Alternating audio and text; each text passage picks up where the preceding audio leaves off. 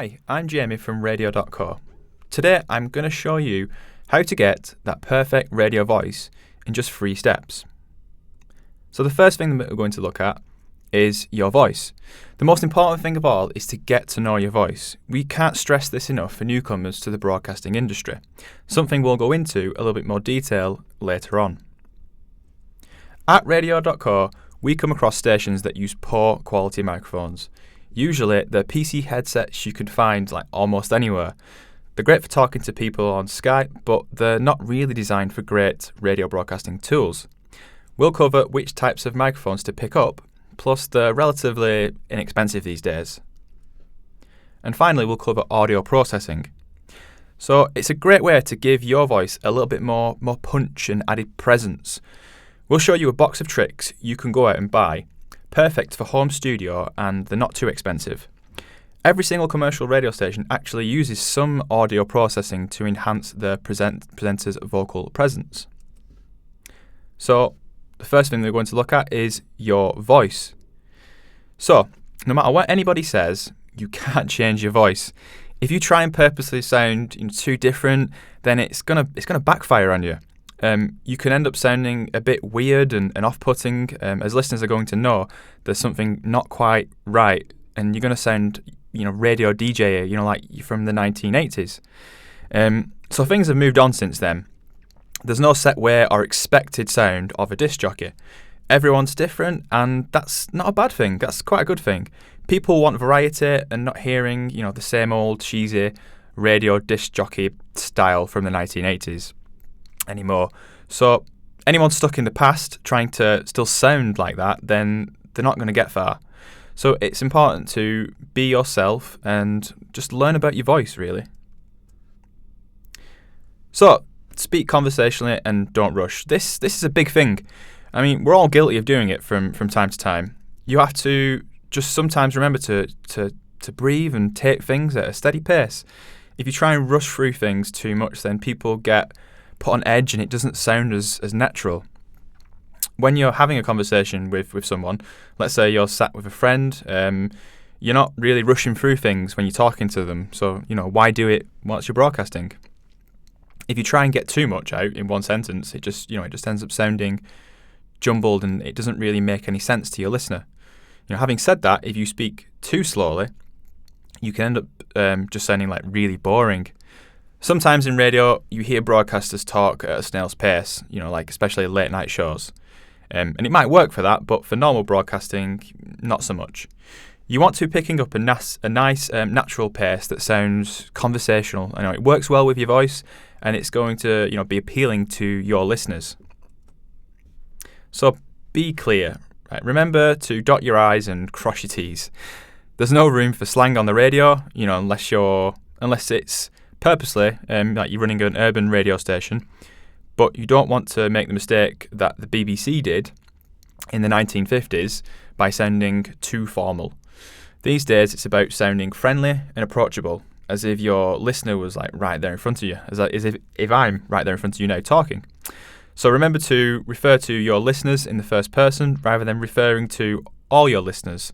For example, well, thanks for listening. I hope your day is going well. This kind of stuff really resonates with people who are tuned in on the other end. So you want to practice and hone your craft. The age-old saying really does ring true. Practice makes perfect. The more you go on air or record demos, the more you practice, then the better you'll become at public speaking or talking on the radio. Another option you might want to consider is voice coaching. It's a really good option if you can afford it and want to go down that route, as there's lots of people out there who are willing to coach you. They'll sit down with you on a one-to-one consultancy basis and really just help you develop your sound and pick a natural pace and hone what you're saying. It's critical, and it's a critical approach to refining your voice. So part of being a good radio presenter is not so much worrying about what you sound like on air, if your voice is radio friendly, or if it's boomy enough.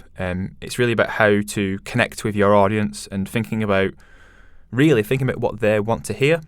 So at Radio.co, we've worked with one of the best talent coaches around, called Kate Cocker. She's been involved in the radio industry for 15 plus years and has worked with all sorts of radio presenters. She's really passionate about coaching and helping presenters become the best they can be on air. Kate's put together a fantastic course on everything you need to know on how to become the best radio presenter you can be, and she's got insider secrets that you really shouldn't miss. So you can actually check out this course at radio.co/courses. So we're going to move on to your microphone. So, what to choose? The big question, what microphone to choose? In our experience at Radio.co, studio condenser microphones are absolutely the best option. They often depict your voice in a brilliant way, and almost every radio station uses them. They are actually quite sensitive, but we find they add real character to your output. So this is a microphone that we actually use in our studios.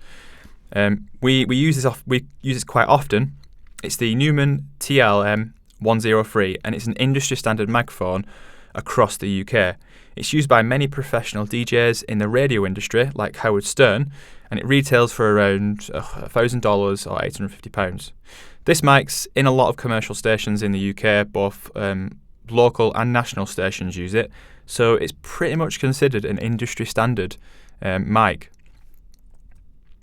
So the next one is the Behringer B-1.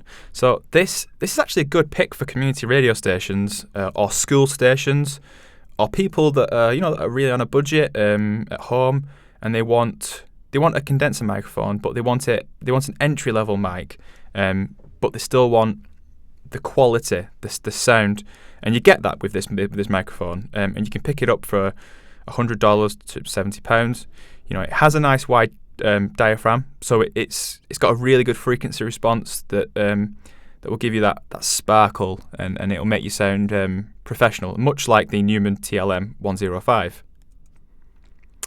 And finally, this is the Blue Spark. This is a sensitive condenser mic, and it's great for picking up every little bit of audio, and your guest's audio as well, in case you've got a friend with you, or if you've got instruments that you're playing, it'll pick up that audio as well, and a wide range of other sounds. And you can get this for about $240 to £190. So the microphone placement. There are some typical rookie mistakes which we see, which people do when talking on the mic. One of the main ones is speaking far too loudly on the microphone. It's just not necessary, with good microphones, because they pick up audio quite easily at a normal level. And another mistake that we see is speaking far too closely or far too far away. So a good rule of thumb is to get your pinky finger and your thumb and place it between the microphone and where you are, and that's an ideal place to talk into your mic. So, audio processing. So, the big question is, why use an audio processor? Well, it gives your voice more punch and clarity. I mean, it can add warmth to your voice, and it can generally make your voice sound more present on the radio, which is really important if you're competing against other radio stations that are using audio processors as well. So you want to be on the same level as they are. Anyway, it can also help reduce things like background noise and sibilance. These are S's at the end of sentences. So you can use it to generally enhance your voice and give you more punch on air. So the DBX286S. This is something that we use, that we have used in the past, and it's brilliant for what it is. Now, most commercial radio stations use compression or audio processing for their output to add the loudness and quality to their streams. It's a really good way to add presence to your voice. You can buy a specific microphone processor like this one, which you can get for $190, £135, and it's great. It's a great budget option, and it adds a real loudness to your voice. So let's take the DBX286S and let's look at this. Let's analyze what it does and how it can help improve your voice. So the first thing is the mic preamp gain. This is basically the overall volume or amplification of your microphone. It should be set to a level where when you're speaking, you're not going to clip the end of your voice, which is a little red light that comes on. But the two green lights should be on most of the time. So it's capturing the audio at the right level. If they aren't, then it's going to be too low, and when you're hitting that red light, you definitely don't want to do that, as the signals, like I said, it's just too high. So moving on, this is the phantom power. The V8 phantom power switch should be enabled for your condenser mic, including all the ones we just mentioned, like the Behringer B-1, the Blue Spark, and the Neumann TLM 103, which we actually use, like I said, at Radio.co. So this is the high pass. Now, the 80 Hz cutout switch can help in some circumstances to reduce some background noise, particularly low humming or rumbles, or perhaps even wind in the background. Like you can get rid of all of that. Thing is, if you enable this setting, it will reduce the dynamic range of your voice. So we tend to leave that off most of the time. There are circumstances in which you might want to use it. So the process bypass. So this is the switch which will actually disable all your other settings. When this is on, all the other settings are switched off. You probably want to leave this disabled for most of the time, but it can be really interesting to see what your voice sounds like with and without the processing. So the compressor. So this is a bit more exciting than the other ones, because it will make your voice sound different. This basically adds more punch and pizzazz to what you're saying. It kind of crunches down or compresses your voice, so it's all at one level. Now, you don't really want to go crazy with this and end up sounding a bit too weird. So we recommend setting the drive to around 3 and the density to also around 3. Later on, when you've got your headphones on, you're listening to your audio, you can tweak these settings and develop a sound that's good for you and good for your station and your style of voice that you want. So the de-esser. The de-esser actually helps remove S's, like I mentioned before, which is known as sibilants. We normally set the frequency to around 4K and the threshold between 1 and 2, but it really depends on your voice. Quite often the best way to set this is to sit there and say S and then adjust it until you're happy with the results and it works for your voice. So the enhancer. The enhancer is really the best part of the DBX. It gives you that radio sound that people are looking for. What it does is it can enhance the highs and the lows of your voice. It takes the sounds that are already come out of your mouth and it kind of adds a bit more oomph to what you're saying. It's important to know you don't need to go crazy with these settings. If you do, you run the risk of sounding a bit off, a bit strange. We try and stick between 2 and 3 for both the LF detail and the HF detail. So the expander and the gate. These basically act like a switch. If you're not talking directly into the mic, then it will disable it. So it's great to cut down on background noise. We suggest setting the ratio to 1.51. So start the threshold at 0, which is in perfect silence with your headphones, and you'll hear a bit of background noise. You'll notice then, as you turn the knob up slightly, the background noise will eventually cut away.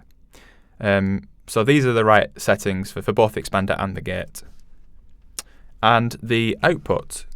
So the output should be set at 0. You can adjust this if need be, depending on your setup, to suit your equipment. For example, if you're using a mixing desk or a USB sound card, such as the Scarlett 2i2, you just need to make sure that the equipment isn't going into the red section on the meter. So you need to keep your eyes on your meters at all times to make sure it doesn't tip into the red. So whatever device or whatever part of your system, make sure you're not going into the red, because it ultimately clips your audio, and the listeners can pick up on this, and it just sounds really weird. So make Radio.co work for you. So all the equipment that we've mentioned hooks in quite nicely, and you can take your voice and then get it online. And Radio.co can really help you do that. It's for professional broadcasters, or people that are thinking about taking their shows and putting them out there, putting them on air. So you can take all your music and your announcements, like your promos, your branded audio, your recorded shows with friends, and you can schedule and manage them from one central location. For instance, this could be a studio that you've got, at home, or anywhere else, like at a friend's house. You can manage your station as long as you have an internet connection. Audio is streamed directly to anyone that has a connection as well. So, for example, like retail shops, restaurants, or your friend with their phone, they can connect and they can listen to you. So, getting down to the nitty-gritty, Radio.co's dashboard. This is the hub of your station. This is where you manage everything. So it allows you to control your music, your schedule, and your DJs from anywhere in the browser. Manage multiple streams, so not just one. You can manage multiple radio stations just from a simple drop-down menu. And in here, like I said, you can look at your schedule, what's been playing for the week, the month, what tracks have played, how many listeners you've got, how much bandwidth you've got, and how much storage and tracks you have. So Radio.co is custom built to show all this information and to make it easy for you to view everything just at a glance. It's reliable, it's powerful, and it's flexible to give you the best experience possible. So you manage your music and playlist. So you can upload all your media files, or you can do it in bulk and upload your entire back catalogue of music, and then take these and curate playlists, and then add tags to them later on, so you can find tracks easier. So you can add a jingle to your jingle tracks and then search them that way. So you create these playlists, it takes minutes to do, and then you can schedule them. So scheduling your shows. So you can either schedule the shows, pre-recorded shows that you upload to Radio.co, or you can go live. But you use your schedule to plan out your week or your month, and then see what you're going to play and when it's going to play. And you can do this, and you can set up reoccurring events. You can schedule items within like the nearest 5 minutes of each other.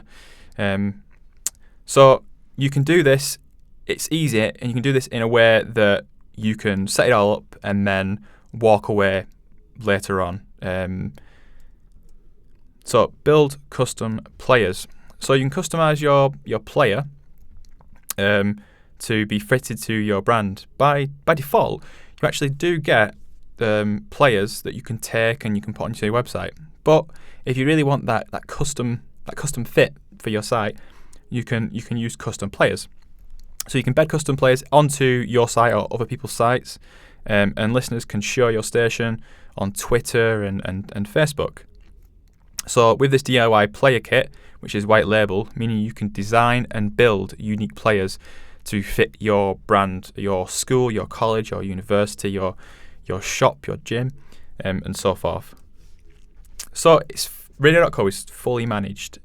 So you don't need to worry about a thing. We do all the heavy lifting for you. We lend a helping hand when you need it. All the plans come with help, with support. We help you with playlist curation, content production. We have radio expert advice on the latest microphones, mixers, and other software that you should be using with Radio.co. We give honest and quick communication as soon as we can. All you need to do is just get in touch with us at Radio.co /contact. So the plans are dead simple, dead straightforward. We have 3 main plans. The DJ plan is for starters if you're looking to get your feet wet and to get into radio, and the DJ plan is perfect, it's ideal. And then up from that is the broadcaster plan. This is for veterans of the radio radio industry because this offers more space, more listener slots, more users. And you can also use custom album artwork, and you can edit your tracks as well. And finally, we have the station plan. Now, this is for serious station owners. You get pretty much everything on all in one package here. You get brandable apps for iPhone and Android. You get unlimited listeners. You get unlimited users, so you can have collaboration and other people get involved on your station. So, say hello. We love to chat. And this is the end of the presentation now, but if you have any questions about the 3 steps to get that perfect radio voice, or you want to get started with Radio.co, then you can get in touch with us at studio@radio.co. You could drop us a tweet at Radio.co, or you can speak to a radio expert today by booking a demo. Alternatively, you can get started today by starting your 7-day free trial by heading on over to try.radio.co. Thanks for listening to this presentation. I've been Jamie, and I hope you have an excellent day.